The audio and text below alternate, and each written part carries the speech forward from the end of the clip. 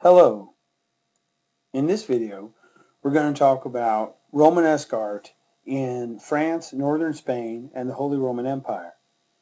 This is the region that had, in the previous generation, been the provinces of the Carolingian Empire, built by Charlemagne, that we talked about when we looked at Carolingian culture. Now, we're going to look at the time period from in the 2 centuries, from about the tail end of the 10th century, about the 900s, through the beginning of the Gothic, which comes into being between 1150 and 1200.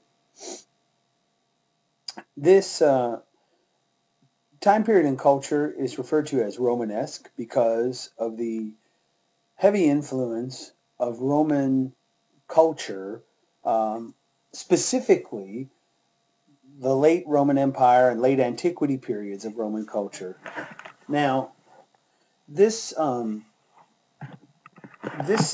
culture is an extension of what Charlemagne had begun in previous generations, but these cultural developments are significantly different in that there really is an attempt to fulfill the desire of Charlemagne to have this cultural renaissance.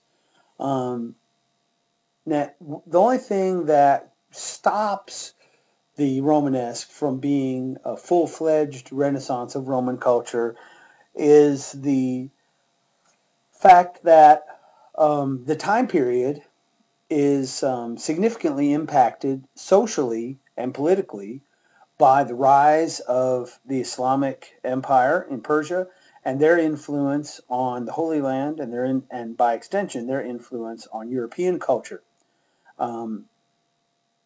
This is the time period of pilgrimages and crusades.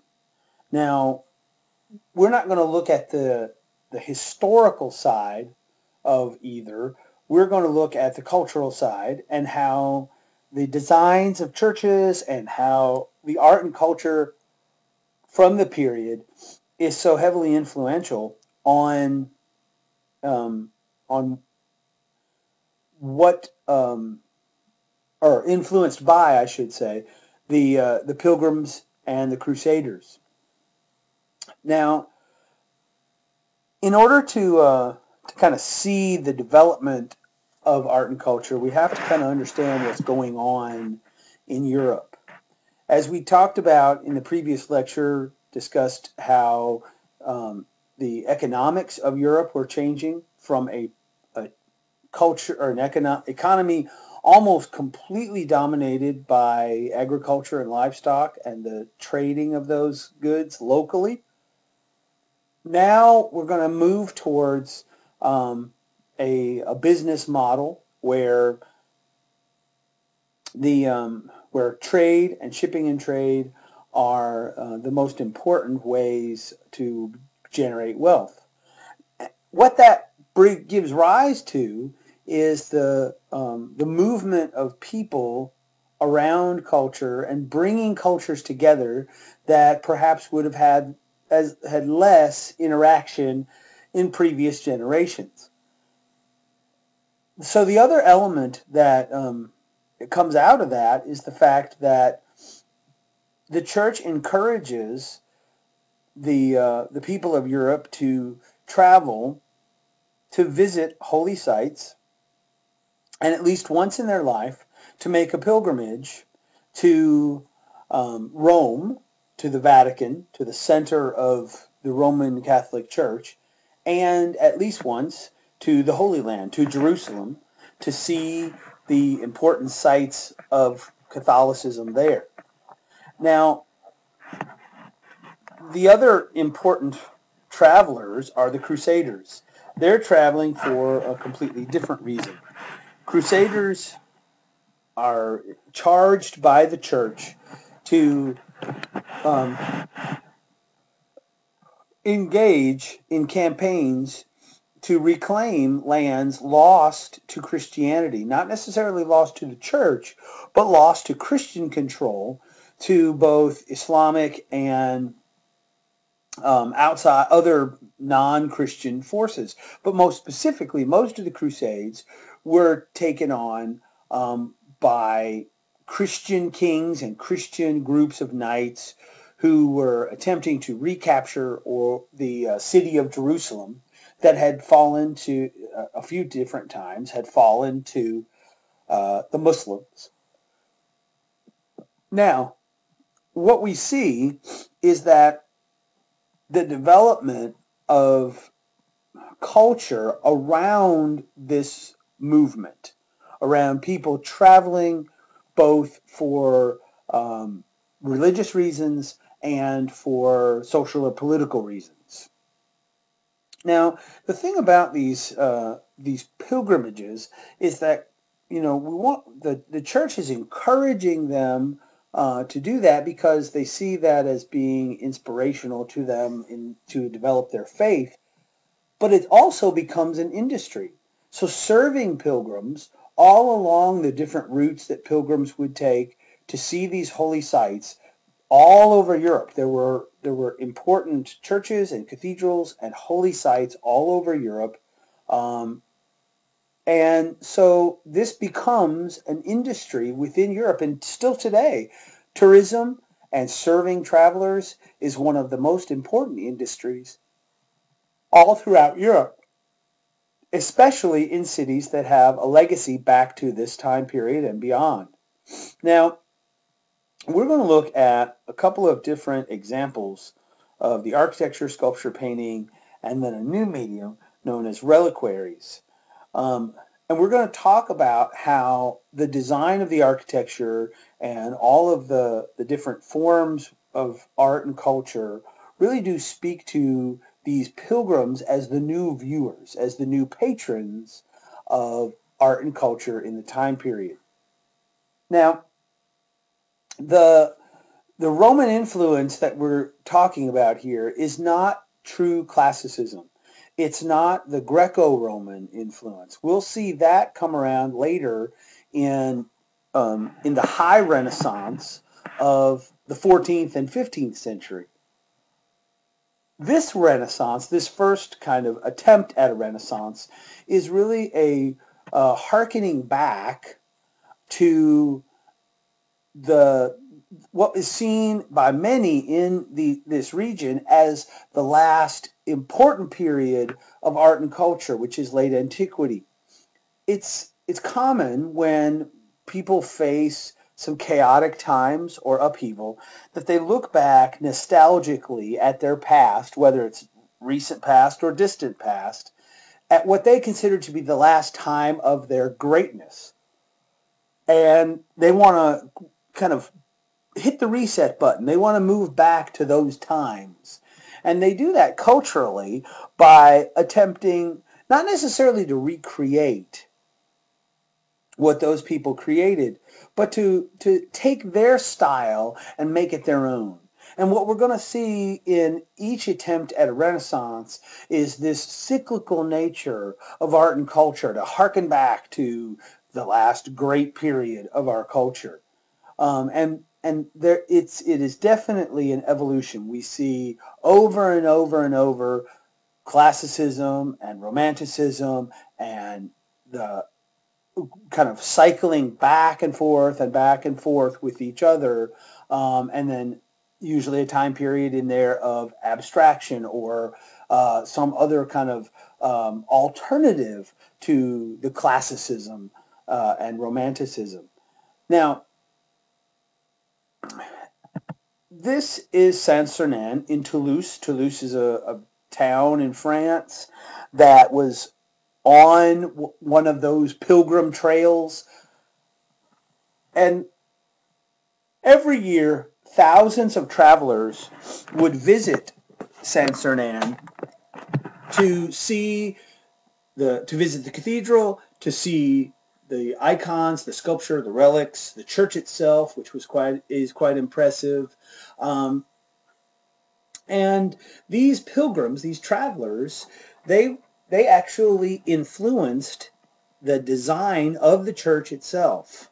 Now, one of the practices of the period that was that kind of hampered to a certain extent these travelers was that it was church doctrine that if you were not a baptized Christian, you were not supposed to enter the church sanctuary.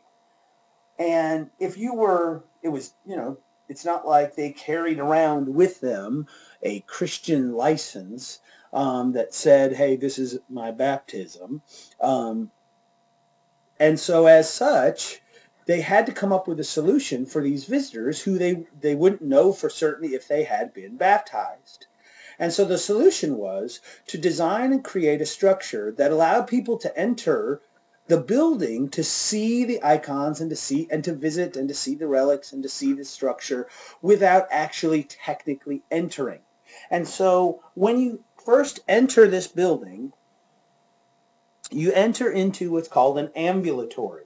The ambulatory is a walkway that goes 360 degrees all the way around the interior sanctuary, the nave, and that it has a low wall that divides it from the nave, and in most cases, including this one, there are screens that separate it and arched entryways.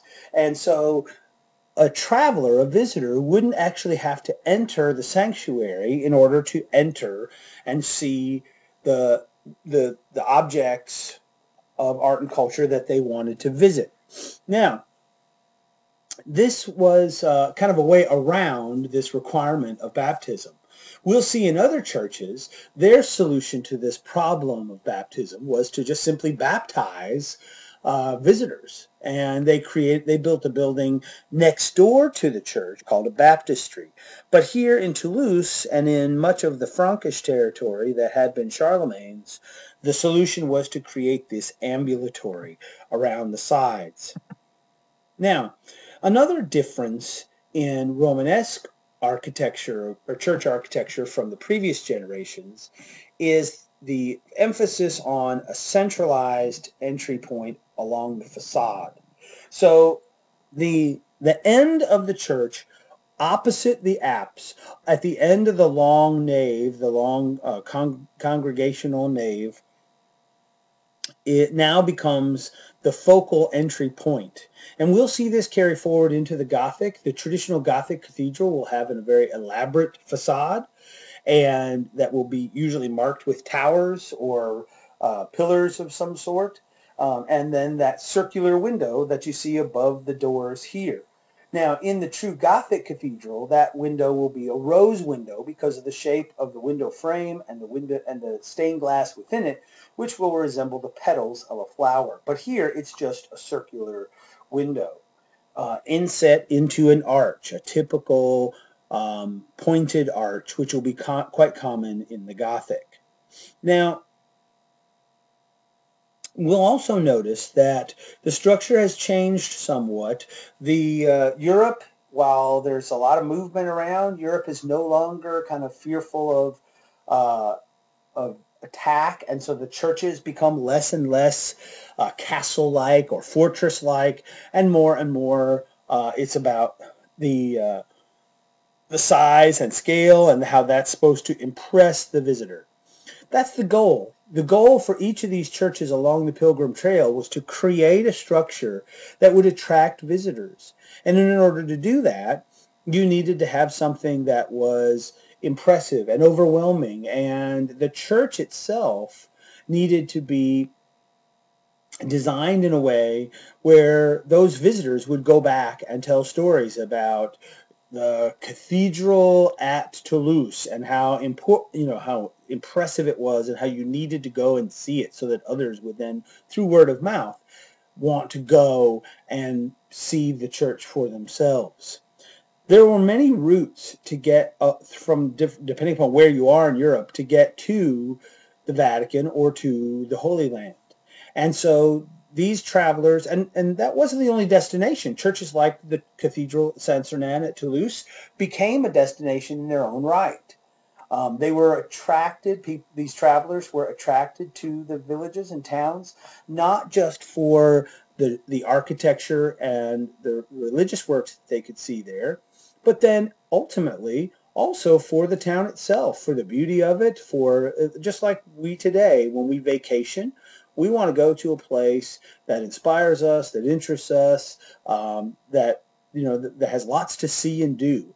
And that's what happened to these places. The towns that had the more attractive and impressive cathedrals, the towns that welcomed travelers in a way that um, that encouraged that tourism, encouraged visits, those became the much more successful, and hence those pilgrim trails became more famous and more successful. Now, the construction itself uh, has some Roman elements, but remember, just because it's Roman-like, that doesn't mean that it's just recreating the Roman. We see the use of brick, which comes from the Roman. We see the use of the arches and the pillars, which comes from the Roman. We see the thick, heavy, solid structure, which comes from the Romans. But there's also some updates, some changes, some things that we really wouldn't have seen in late antiquity or basilica-style structures. On the interior, this is one of the major differences.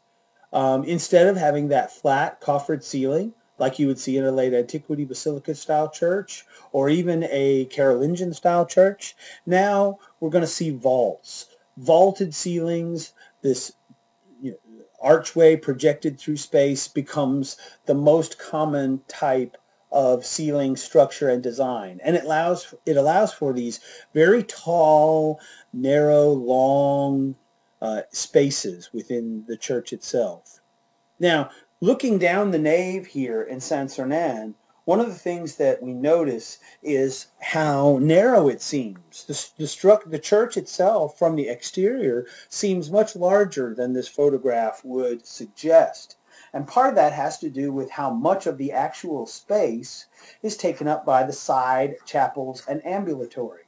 So the walkways on either side of this nave are really as much or nearly half of the interior space. And those side chapels, which are used by those visitors, that's actually how the church would help to support the church's mission through donations. So travelers, as they came to visit the church, would make an offering, a donation, in order to be allowed to see the relics or to see the icons or to see the art or sculptures. Now, the rest of the interior decoration is relatively austere, kind of like what we would expect in a Romanesque style structure. Very little surface decoration except in the apse. And in the apse, they tended to favor fresco painting in that Roman traditional style of fresco painting, but influenced by the previous generations of Carolingian and Ottonian art that used flat backgrounds, gilding, and there is a greater sense of the modeling, and we'll see that when we look at their painting. Now, in contrast to San Cernan, which is tall and cylindrical and vaulted, in Italy we see a church much more similar to what you would see in Justinian's time at Ravenna. And so this church, which is built in Milan, has a lot more in common with the older Justinian style church that we saw with San Vitale in Ravenna. It's still built in brick using arches, the square tower or towers that watch over it. The building on the front is actually the baptistry, and so instead of having they had ambulatories, but instead of dividing the church that way, they baptized visitors. And on the interior, we notice that it's a wider, lower structure. The ceiling is not nearly as high, and instead of being a pure vault, This ceiling is a groin vault. So it's two vaults intersecting. Actually, it's multiple vaults intersecting. And so what we end up with is a incredibly elaborate roof structure. And the structural design of the roof becomes something of beauty, something important to its aesthetic. So really, instead of focusing on adding elaborate surface decorations, the architect is showing off his skill at using the structure itself as a decorative element. Now, you see on either side of that central nave, those are the ambulatories. So through those arches, those are the walkways, and then extending out from there are the side chapels where a visitor would see and experience all those other niches with art, culture, and relics. But just like the previous generation of churches, in these Romanesque churches, the interiors tended to be darker. There's not a lot of windows. There's not a lot of natural light coming in. It wasn't as powerful and uplifting as a feeling inside the church as we'll get with later in the Gothic. Now, we're going to also, in the Romanesque, start to have more historical documentation of the names of artists, important artists, and then what they were important for, and how they continued to be influential over time. This is a work by the sculptor Gislibertus. It is his Last Judgment. And it's actually a very important and influential work in its subject matter and theme, not necessarily in its style or technique. This is what's known as the semicircular tympanum. Now that's an area within the design of the facade of a church. It's an area above the entryway and below the roof. Now, it's shaped like a triangle below the pediment of a Greek temple. On the Parthenon, for example, the sculpture, the relief carvings of Athena would have been in that triangular tympanum, and here the tympanum takes an arch shape, which is much more common in the Roman.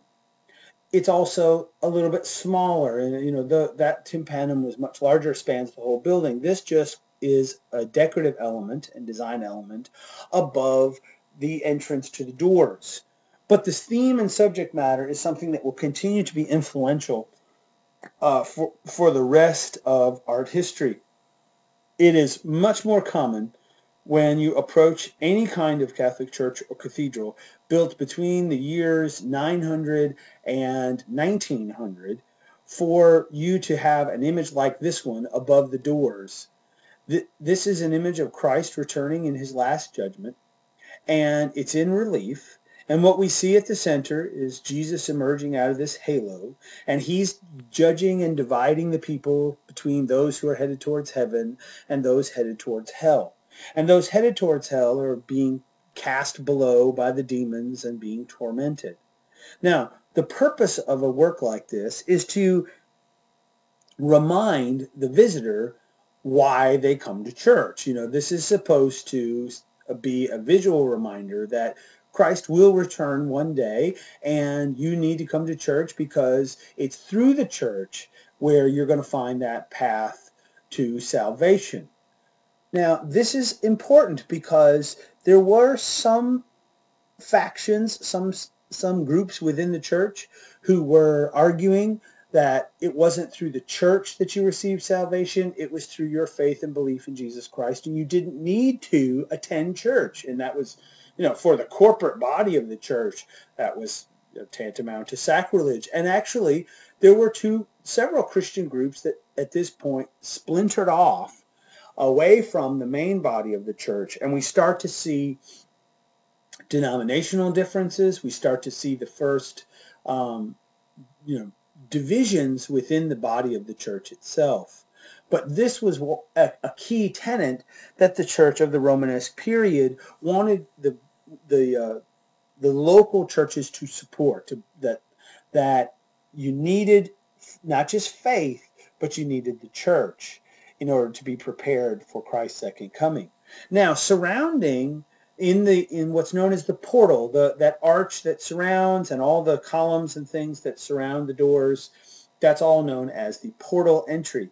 And in this case, what Gilles Libertas has chosen to use is a sequence of small roundels, those circular disc-like shapes, and in each one of those there's a symbol, some older pagan symbols, some astrological symbols, some early Christian symbols known as chrismons, and those are all to basically say they represent not only Christianity, but every type of human faith at that time, every type of older pagan tradition and newer tradition, including Islam.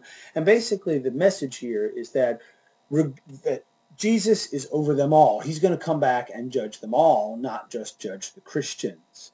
So it's really about his overarching power and authority. Now, this is called the Morgan Madonna. And remember that the Franks were centered in Charlemagne's time in what had been Germany and Austria, and then on into France and northern Spain. Now, in that region, specifically in Germany, there's a long tradition of carving in wood. And so wood carving, for the first time in a while, becomes more important than stone carving or casting in bronze. That wood is more readily available. The practice of it, because it's very traditional for them, is more ingrained in their society. Also, it seems a little bit more accessible to average people rather than just being for the wealthy.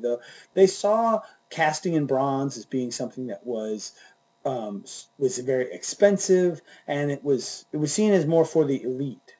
Now, what's interesting about this is that this is also the beginnings of a subject matter that's new. So we're starting to see subject matter evolve and become important, even though it's all still religious. It's what kind of religious imagery is it? So this is what's known as a Madonna and child. Mary, the mother of Jesus, and what's supposed to be the infant Jesus. Now that doesn't really look much like an infant. It looks like a little mini adult. Now, there's a reason for that. The reason goes back to a recent tradition, specifically in manuscripts and manuscript illustration and illumination of the generations before, about how to depict the young Jesus, or the infant Jesus in this case. And those manuscripts chose to depict Jesus not as a true infant or baby, but as just a miniature version of his full self. And part of the reason for that, there's two main reasons why that is. First is that the people making those manuscripts were very often monks who had lived their whole life from the age of 7 on in monasteries, and they had very little interaction with young children. Many of the monks in those monasteries had very little interaction with the outside world at all. And so in order to create the image, they brought this idea. Oh, we want to make an image of Mary and the baby Jesus. Well, I'm not really sure what a baby looks like.